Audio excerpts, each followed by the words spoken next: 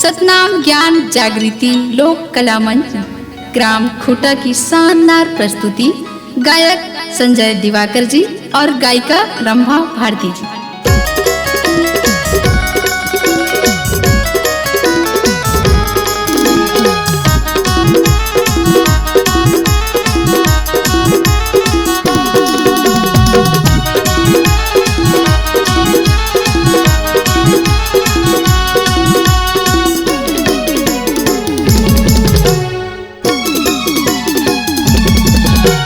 भरुआ गुड़ा के तिरमरानी भरुआ गुड़ा के तिरमरानी भारी भरावत है मेला वो मेला वो मेला।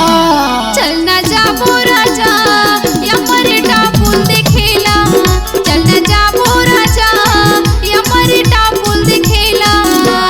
संगी जमुरिया साथी मान जाते, संगी जमुरिया साथी मान जाते, गुरु के दर्शन करेला करेला करेला। चलना जाबो राजा यमरे टापुल देखेला, चलना जाबो भैया यमरे टापुल देखेला।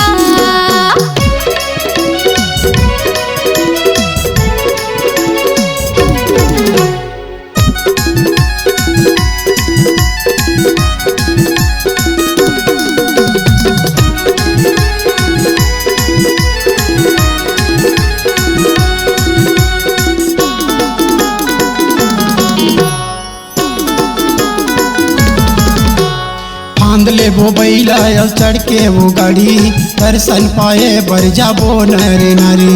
बड़ दिन के आसे कहत हवा तोला, हमर टापुला दिखा देते मोला।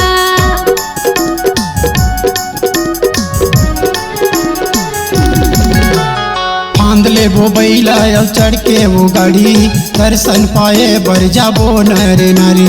बड़ दिन के आसे कहत हवा तोला, हमर टापुला दिखा देते मोला। भारी दिन के आसे लगे हैं, भारी दिन के आसे लगे हैं, सुने ते गुरु तो चरण ला चरण ला चरण ला। चलना जाबो राजा यमरे टापुल देखेला, चलना जाबो भैया यमरे टापुल देखेला।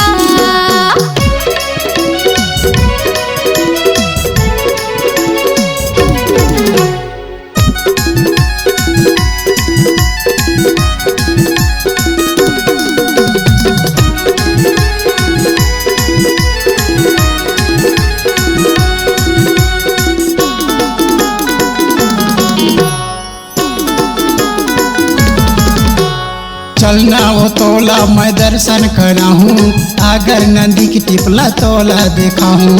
आगर नदी घावे दूठा निधार, जहाँ विराजेगा गुरु हमार।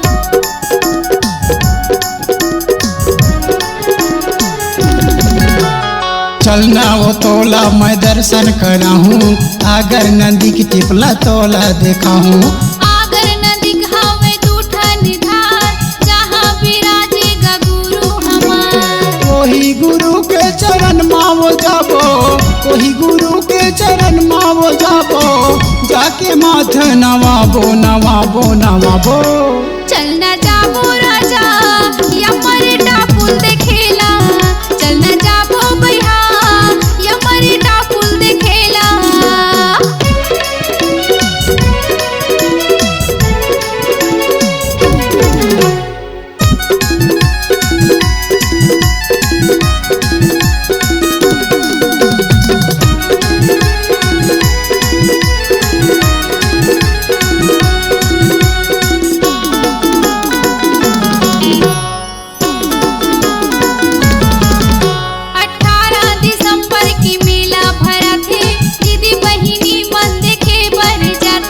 गुरु गद्दी हवै जोड़ा से ते खाम, जय होवै बाबा अमर है तोर नाम।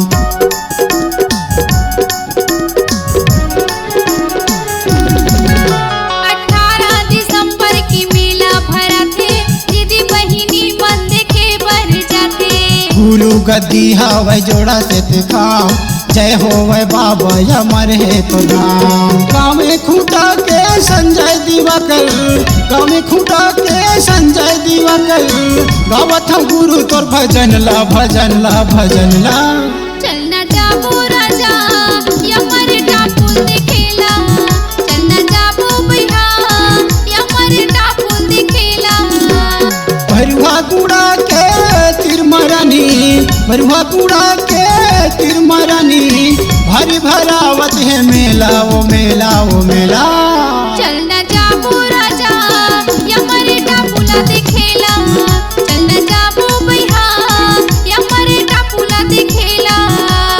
हमारे टापुला देखेला, हमारे टापुला दिखेला, हमारे टापुला देखेला।